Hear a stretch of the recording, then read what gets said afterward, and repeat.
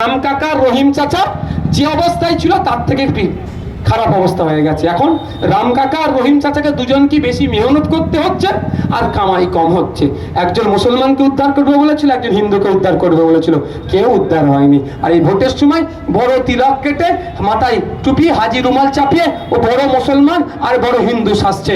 আমাদের হিন্দু মুসলমান সাজতে হবে না। আরে ভাই, তুমি মানুষ সেজে মানুষের উপকার করো, এটাই তোমার কাছে আমরা আশা করবো।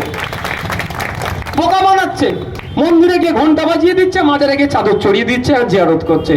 ও ভাই, মন্দিরে গিয়ে তুই ঘন্টা বাজা না, কোনো সমস্যা নেই, মাজারে গিয়ে জিয়ারত কর না, আমাদের কোনো বিতর্ক নাই। কিন্তু শুধুমাত্র আপনাকে আমাকে বোকা বানিয়ে ভোটটা নেবে, কেটে পড়বে। তাই বলছে একটু ভাবার সময় এসেছে, ভাববেন ভোটটা কোথায় দেবেন।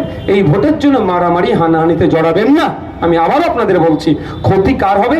আপনাদের হবে, নেতাদের কিচ্ছু ক্ষতি হবে না। নেতারা মারামারি হানাহানিতে করতে আসে না, কারণ নেতারা ভালো করে জানে মারতে গিয়ে যদি অবঘাতে মারতে মারতে মারা যায় 302 ধারা খাবেও, আর 302 ধারা খেলে কি হবে?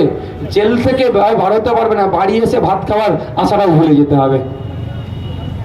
নেতা তার ছেলেকে জার্মানিতে পাঠিয়ে পড়াচ্ছে, নেতা তার ছেলেকে সিডনি ইউনিভার্সিটিতে পাঠিয়ে পড়াচ্ছে, নেতা তার পরিবারের লোকজনকে লন্ডনে পাঠিয়ে পড়াচ্ছে। আর নেতার হয়ে যিনি জিন্দাবাদ করছে, সে শ্রীরামপুর জেল আর বাড়ি করছে।